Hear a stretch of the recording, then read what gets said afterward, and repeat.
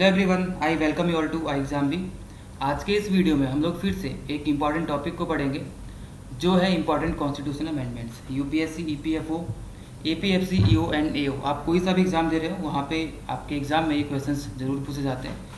केवल यही एग्जाम्स नहीं, यूपीएससी का कोई भी एग्जाम रहेगा वहाँ पे इन टॉपिक्स से क्वेश्चन जरूर आते हैं। ठीक है, इससे पहले ऐसे ही कुछ इंपॉर्टेंट टॉपिक्स आपके लेके आया था जहाँ पे हम लोगों ने कांग्रेस के सेशंस देखे थे, उसके अलावा मूवमेंट्स और सिविल अपराइजिंग्स ये सारे के सारे कवर कर चुके हैं। टेबल फॉर्म में बहुत ही ईजी वे में आपको दिखाने का ट्राई किया है, तो आप लोगों को उसके डिस्क्रिप्शन में लिंक मिल जाएंगे, आप लोग वहाँ पे जाके देख सकते हैं। ठीक है, बिना कोई देरी किए हुए शुरू करते हैं आज के इस वीडियो को। कॉन्स्टिट्यूशनल अमेंडमेंट्स की बात करते हैं तो सबसे पहले संविधान यानी कॉन्स्टिट्यूशन के बारे में कुछ फैक्ट्स जान लेते हैं। उसके बाद हम लोग इन सारे के सारे अमेंडमेंट्स को, मतलब जो आपके लिए इंपॉर्टेंट है, केवल उनको पढ़ने का ट्राई करेंगे। लेफ्ट साइड में आपको कुछ फैक्ट्स दिखेंगे, राइट साइड में डिस्क्रिप्शन दिख जाएगा। सबसे पहले कॉन्स्टिट्यूशन यानी कि संविधान को अडॉप्ट कब किया गया था? 26 नवंबर 1949 इस डेट को इसको अडॉप्ट किया गया था, लेकिन ये प्रभाव में यानी कि इसको इन्फोर्स कब किया गया था, ये क्वेश्चन अलग बनता है। तो 26 जनवरी 1950 को इसको इन्फोर्समेंट किया गया था। ठीक है, अब सबसे पहले आप कोई भी किताब पढ़ते हो, बेसिकली संविधान क्या है? संविधान एक किताब ही है, और जब हम लोग एक किताब पढ़ते हैं तो उस किताब में सबसे पहला पेज आपको दिखता है प्रीफेस। ठीक है, तो प्रीफेस में क्या रहता है? सारा का सारा उस बुक की एक तरीके से उसके बारे में अपने आइडियाज या कोई भी चीज़ हमें बताई जाती है। तो इसी तरीके से एक प्रीफेस का रोल प्ले करता है यहाँ पे प्रीएम्बल, प्रस्तावना, हमारे कॉन्स्टिट्यूशन का पहला पेज। इस प्रीएम्बल में कुछ वर्ड्स हैं जो आपके लिए इंपॉर्टेंट हो जाते हैं, क्योंकि ये वर्ड्स आपसे एग्जाम में पूछे जाते हैं कि इनमें से कौन सा वर्ड हमारे प्रीएम्बल में यूज़ किया गया है या फिर नहीं किया गया। सबसे पहले यहाँ पे प्रीएम्बल आपको राइट साइड में दिख जाएगी लिखी हुई, we the people of India having solemnly resolved to constitute India into a sovereign, socialist, secular, democratic republic। In words पे यहाँ पे एम्फोसाइज करेंगे, यहाँ पे हाईलाइट किया हुआ है sovereign, socialist, secular, democratic republic, and to secure to all its citizen justice, social, economic, political, liberty of thought, expression, belief, faith and worship, equality of status and of opportunity, and to promote among them all fraternity, assuring the dignity of the individual and the unity and integrity of the nation। अब इस पूरी preamble में कुछ words आपको यहाँ पे highlighted दिखेंगे, जैसे sovereign, socialist, secular, democratic, republic, then justice, liberty, equality and fraternity. यहाँ पे जस्टिस बात की जा रही है, सामाजिक, आर्थिक और राजनीतिक तीनों तरीके की, और लिबर्टी जो आपके थॉट्स हैं, एक्सप्रेशंस हैं, बिलीफ, फेथ, वर्शिप, कुछ भी हो उस सबकी लिबर्टी आपके पास रहेगी। इक्वलिटी आपको यहाँ पे मिलेगी, स्टेटस की हो, चाहे किसी भी मौके की हो, अपॉर्चुनिटी की हो, या फिर फ्रेटर्निटी यानी कि भाईचारे को फैलाने की बात की जा रही हो। तो ये जितने हाईलाइटेड वर्ड्स हैं ये आपके लिए इंपॉर्टेंट हो जाते हैं। यहाँ से क्वेश्चंस बनते हैं कि इनमें से कौन सा वर्ड आपके प्रीएम्बल में है और कौन सा नहीं है। अगर हम बात करते हैं कि हमारे संविधान की लेंथ क्या है, तो प्रेजेंटली हमारे संविधान में 448 आर्टिकल्स है, 25 पार्ट्स है और 12 शेड्यूल्स आपको हमारे संविधान में देखने के लिए मिल जाती हैं। फ्यूचर में ये आर्टिकल्स बढ़ते ही रहेंगे क्योंकि नई नई चीज़ें यहाँ पे ऐड होती रहती है। फ्रेमवर्क की बात करेंगे तो the Indian constitution is a federal constitution that provides for a division of power between the central government and the state governments. यानी कि जो हमारा संविधान है वो एक तरीके का फेडरल कॉन्स्टिट्यूशन है। फेडरल मतलब क्या होता है? यहाँ पे पावर्स का डिस्ट्रीब्यूशन किया जाएगा। ठीक है, डिस्ट्रीब्यूशन किस तरीके से? जो हमारा, जैसे हमारा एक देश है, कंट्री है, उसमें अलग अलग स्टेट्स हैं, स्टेट्स की अपनी पावर रहेंगी और सेंटर की अपनी पावर रहेंगी। ऑब्वियसली सेंटर की ज़्यादा पावर रहती है, लेकिन अपने अपने एरिया में उनकी अपनी अपनी पावर्स रहेंगी, जहाँ पे दोनों एक दूसरे के अधिकार क्षेत्र में मतलब एक तरीके से दे विल नॉट पोक देयर नोज। ठीक है, तो ये सारी की सारी चीज़ें यहाँ पे हैं, इसलिए इसको बोलते हैं फेडरल कॉन्स्टिट्यूशन। फिर आगे बात करते हैं फंडामेंटल राइट्स की। आप सभी को पता है हमारे संविधान हमें 6 फंडामेंटल राइट्स प्रोवाइड करता है। Right to equality, right to freedom, right against exploitation, right to freedom of religion, culture and educational rights, और राइट टू कॉन्स्टिट्यूशनल रेमेडीज। ठीक है, तो ये सारी की सारी चीज़ें हैं। आर्टिकल नंबर 12 से लेकर 35 तक आपको फंडामेंटल राइट्स देखने के लिए मिल जाते हैं। उसके बाद 36 से लेकर 51 तक आपको क्या देखने को मिलते हैं? Directive principle of state policy. जब संविधान बन रहा था वहाँ पे कुछ राइट्स की बात की गई, और जब इन राइट्स को यहाँ पे लिखा गया तो यहाँ पे दो पक्ष सामने हैं। कुछ राइट्स ऐसे थे जिनको अगर छीना जाए तो आप उनके खिलाफ कोर्ट में अपील कर सकते थे, और कुछ राइट्स ऐसे थे जिनके खिलाफ आप कोर्ट में अपील नहीं कर सकते थे, भले ही उनको छीन लिया जाए। ठीक है, तो वो राइट्स जिनके खिलाफ आप कोर्ट में अपील कर सकते हो उनको ही बोला गया फंडामेंटल राइट्स, और वो राइट्स जिनके खिलाफ आप कोर्ट में अपील नहीं कर सकते हो उनको बोला गया directive principles of state policy, यानी कि किसी भी राज्य की नीति निर्देशक तत्व।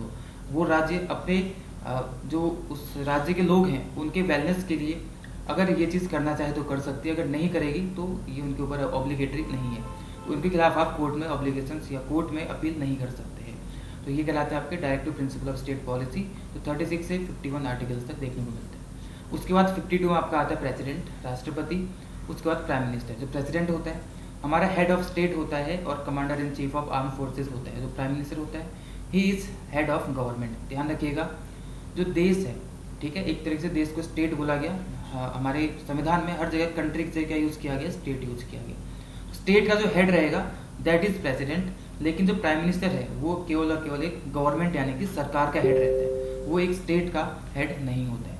साथ साथ जो प्रेसिडेंट है वो जितनी भी सेनाएं हैं, आर्म फोर्सेज है, उन सभी का कमांडर इन चीफ होता है। सबसे ऊपर कौन आएगा, राष्ट्रपति आएगा। ठीक है, ये बेसिकली डिफरेंस होता है प्रेसिडेंट और राष्ट्रपति के, प्रेसिडेंट और प्राइम मिनिस्टर के बीच में। आगे बढ़ते हैं। पार्लियामेंट यहाँ पे यानी कि संसद है। यहाँ पे संसद के 3 हिस्से होते हैं, एक लोकसभा, एक राज्यसभा और एक राष्ट्रपति, वो भी पार्लियामेंट के अंदर ही आता है। उसका जुडिशरी है, अमेंडमेंट्स इसमें किए जाते हैं जो आज के टॉपिक में हमें पढ़ने हैं। उसके बाद यूनिवर्सल एडल्ट सफरेज की बात की जाती है। ये सारी चीज़ें हम लोग अमेंडमेंट्स में पढ़ेंगे।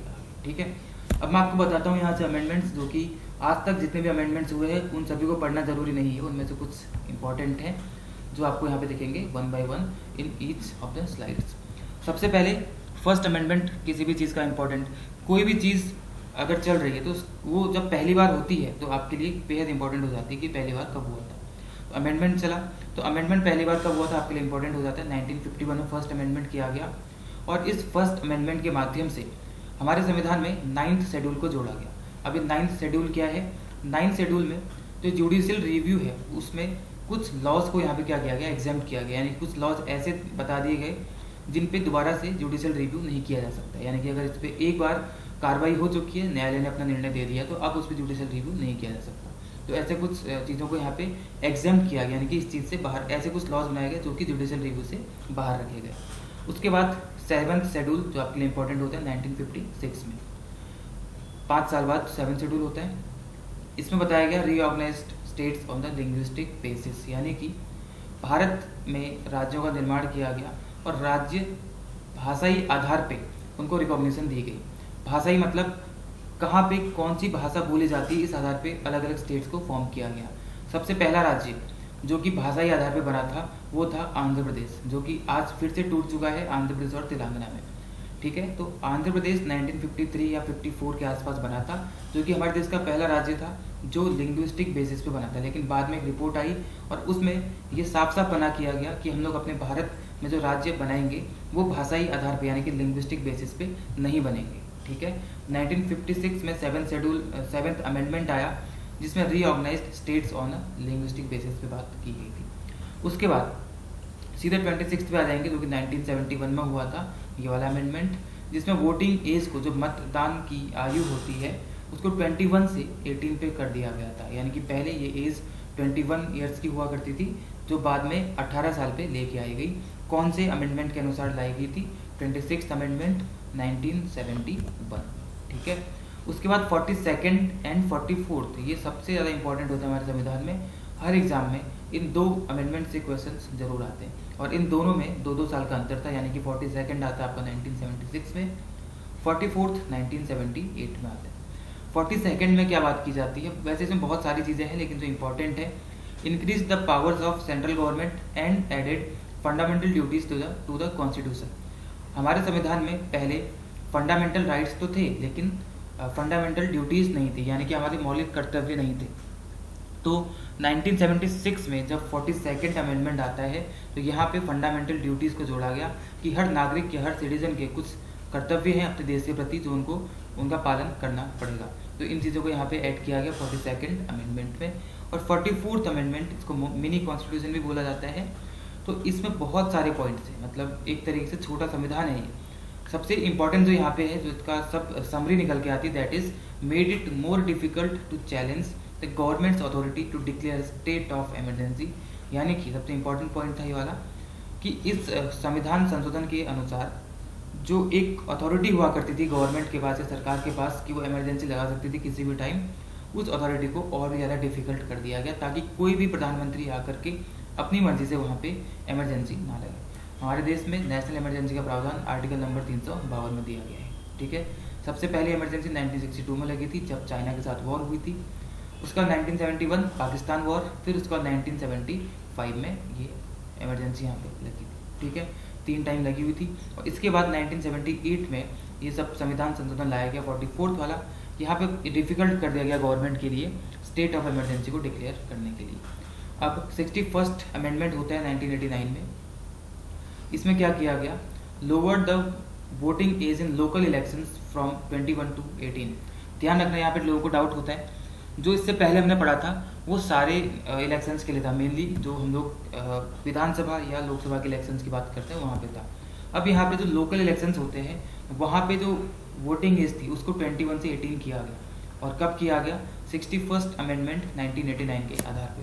इससे पहले 26th पढ़ा था जो कि सारे इलेक्शंस की बात करता है, बेसिकली विधानसभा और लोकसभा की बात करता है, लेकिन ये बात करते हैं लोकल इलेक्शन जो कि पंचायत के लिए बेसिकली यहाँ पे बात की जाती है। ठीक है, तो ये सारी चीज़ें 21 से इसको 18 कर दिया गया था। आगे बढ़ेंगे 73rd अमेंडमेंट होता है 1992 में। यहाँ पे बनाया गया क्या, पंचायती राज इंस्टीट्यूशन इसको बनाया गया। लोकल सेल्फ गवर्नेंस की बात यहाँ पे की गई, यानी कि जो छोटे स्तर पे, क्योंकि गवर्नमेंट सेंटर में बैठ के हर एक माइक्रो लेवल पे ध्यान नहीं रख सकती, तो इसके लिए लोकल सेल्फ गवर्नेंस बनाया गया जिसमें पंचायती राज इंस्टीट्यूशन को जोड़ा गया, यानी इसको क्रिएट किया गया। और इसको क्रिएट किया गया 73rd अमेंडमेंट के अनुसार 1992 में जो लाया गया। ठीक है, 74th अमेंडमेंट लाया गया 1992 में अगेन, यानी कि 1992 में 2 अमेंडमेंट आए, 73rd and 74th। Municipal corporations को ऐड किया गया 74th के अनुसार। कंफ्यूजन नहीं करेंगे, दोनों सेम ईयर में आए थे, लेकिन 73rd के अनुसार किया गया पंचायती राज, 74th के अनुसार किया गया म्यूनिसिपल कॉर्पोरेशन, यानी कि म्यूनिसिपैलिटीज़ को लाया गया था यहाँ पे। ठीक है, चलो आगे बढ़ेंगे। 86 आया था 2002 में। और इसके अनुसार क्या किया गया, जो चिल्ड्रन में यानी कि जो बच्चों में एजुकेशन का फंडामेंटल राइट है उसको कंपलसरी किया गया। Made education a fundamental right for children aged 6 to 14, यानी कि 6 से 14 साल के बच्चों के लिए जो शिक्षा है वो एक उनका मौलिक अधिकार है। ये बात यहाँ पे की गई थी 2002 के 86 कॉन्स्टिट्यूशन अमेंडमेंट के अनुसार। ठीक है, 2002 में इसको लाया गया था। आगे बढ़ेंगे। 97th अमेंडमेंट होता है 2011 में, आज से लगभग 12 साल पहले। Established a national commission for backward classes, जो पिछड़ा वर्ग होता है उनके लिए एक राष्ट्रीय आयोग नेशनल कमीशन की स्थापना की गई। ये क्वेश्चन मल्टीपल टाइम्स पूछा गया है कई सारे एग्जाम्स में, ये इंपॉर्टेंट है आपके लिए कि कौन से संविधान संशोधन के अनुसार national commission for backward classes को स्टैब्लिश किया गया था।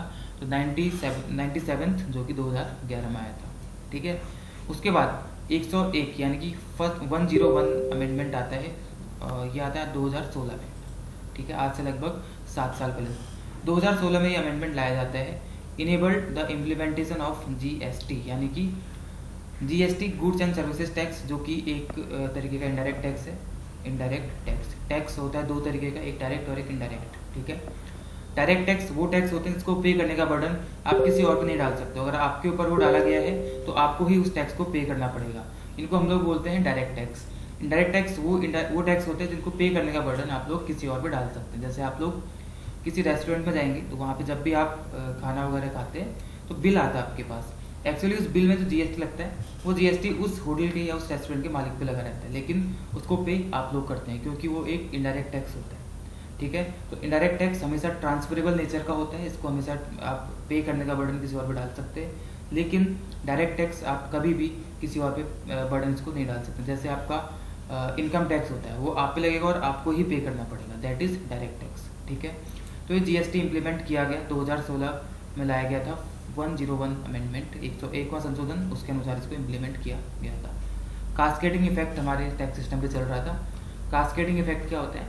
कास्केडिंग इफेक्ट होता है टैक्स के ऊपर टैक्स, यानी कि टैक्स पड़ रहा है और हर स्तर पर टैक्स पड़ेगा और उस टैक्स के ऊपर भी आपको टैक्स देना पड़ेगा, दैट इज कास्केडिंग इफेक्ट। तो इस कास्केडिंग इफेक्ट को कम करने के लिए ही, मिटिगेट करने के लिए ही लाया गया था GST।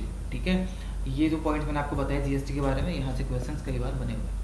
उसके बाद 2019 में लाया गया 103वां संशोधन 103rd amendment, introduced 10% reservation in education and government jobs for EWS among the general category. General category यानी कि इसको UR भी बोलते थे हम लोग, अनरिजर्व्ड। तो जनरल कैटेगरी में उसमें से जो इकोनॉमिकली वीकर सेक्शन यानी कि EWS के दायरे में आएंगे, उन सभी को एजुकेशन यानी कि शिक्षा और सरकारी नौकरी में अगर लोग जाते हैं तो उनको 10% का वहाँ पे आरक्षण दिया जाएगा। ये बात की गई थी 103वां संशोधन 2019 का, ठीक है। उसके बाद 2020 में आता है 104 यानी कि 104वां संशोधन, जहाँ पे क्या बात की गई थी, provided for the increase in the number of seats in the legislative assembly of the union territory of Puducherry from 30 to 33, यानी कि जो पुदुचेरी है जो कि एक यूनियन टेरिटरी है, वहाँ पे ये यूनियन टेरिटरी एक लेजिस्लेटिव असेंबली के साथ, यानी कि एक ऐसी यूनियन टेरिटरी है जहाँ पे विधानसभा पाई जाती है, और इस विधानसभा में सीट्स थी 30, इनको बढ़ा करके 33 कर दिया गया। तो 33 किया गया, तो कौन से संशोधन के अनुसार किया गया, 104वां संशोधन 2020 का, ठीक है। पहले 30 थी, बाद में 33 कर दी गई। फिर आता है 105वां संशोधन 2021 का। इसमें बात की जाती है provided for the formation of legislative council in the state of Assam. North east का एक स्टेट आसाम, जिसका अगर आप लोग मैप देखेंगे तो आपको टी के फॉर्म में दिखाई देगा, और ये टी के लिए ही फेमस भी है, यानी कि चाय के लिए फेमस है, ठीक है। इसका मैप देखोगे तो टी के फॉर्म में दिखाई देगा आपको। तो यहाँ पे चाय की काफ़ी खेती होती है। तो यहाँ पे एक लेजिस्लेटिव काउंसिल यानी कि विधान परिषद इसका फॉर्मेशन किया गया आसाम स्टेट में, ठीक है। कौन से संशोधन के अनुसार, 105वां संशोधन 2021 के अनुसार। उसके बाद एक छूट गया था पीछे, 107th अमेंडमेंट आता है, यहाँ पे ईयर गलत लिखा हुआ है, इसको नहीं ध्यान देंगे। 107th अमेंडमेंट आता है, extended the reservation of seats for SCs and STs in the Lok Sabha and state assemblies by further 10 years, यानी कि SCs और STs यानी कि जो शेड्यूल कास्ट्स और शेड्यूल ट्राइब्स होती हैं, लोकसभा और जो राज्य विधानसभा होती है, वहाँ पे जो इनको रिजर्वेशन दिया जाता था उसको भी एक्सटेंड कर दिया गया अगले 10 साल के लिए, ठीक है। ये कब किया गया, 107वें अमेंडमेंट के अनुसार। 110वां अमेंडमेंट किया जाता है 2021 में, again provided for the restoration of states power to prepare their own list of other backward classes for the purpose of affirmative action, यानी कि स्टेट्स को ये पावर दी गई कि वो लोग अपने स्टेट में जो भी OBC क्लास में जितने भी लोग आते हैं उन सबकी लिस्ट को दोबारा से प्रिपेयर करे, ऐसी शक्ति वहाँ पे उनको दी गई। क्योंकि कोई भी यहाँ पे कोई भी घपला किया जा सकता था कि कोई भी व्यक्ति फर्जी सर्टिफिकेट बना करके OBC कैटेगरी में आ जाता था, तो उनको बोला गया कि आप लोग वापस से इसको क्या करो, एक लिस्ट प्रिपेयर करो जो लोग यहाँ पे OBC में आते हैं, और ये शक्ति किसको दी गई, वहाँ पे राज्य को दी गई, किसके अनुसार, 110वां संशोधन 2021 के अनुसार, ठीक है। उसके बाद द PDF आपको नीचे डिस्क्रिप्शन में मिल जाएगा, लिंक के साथ आपको जाना है, उसको डाउनलोड करना है और उसको पढ़ लेना है, ठीक है। आप लोग इसके मॉक टेस्ट हमारी वेबसाइट जो कि iexambi.com है, यहाँ पे जाकर के दे सकते हैं। आप लोग को लॉगिन करना पड़ेगा, सिंपली आपको ऊपर सारा दिख जाएगा, आपको वहाँ पे क्लिक करके मॉक टेस्ट में जाना है और दे देना है, ठीक है। कोई क्वेरीज होती हैं इस नंबर पे कॉल कर लेंगे, क्वेरीज आपकी सॉल्व कर दी जाएंगी। बाकी कोई चीज़ ऐसी नहीं है कि जो आपको समझ में नहीं आए। कुछ सुझाव होते हैं तो आप लोग कमेंट में दे सकते हैं, जिसको इम्प्लीमेंट करके हम लोग यहाँ पे इम्प्रूवमेंट करने का ट्राई जरूर करेंगे। मिलते हैं नेक्स्ट वीडियो में, तब तक good bye, tata, take care and be 50% fast.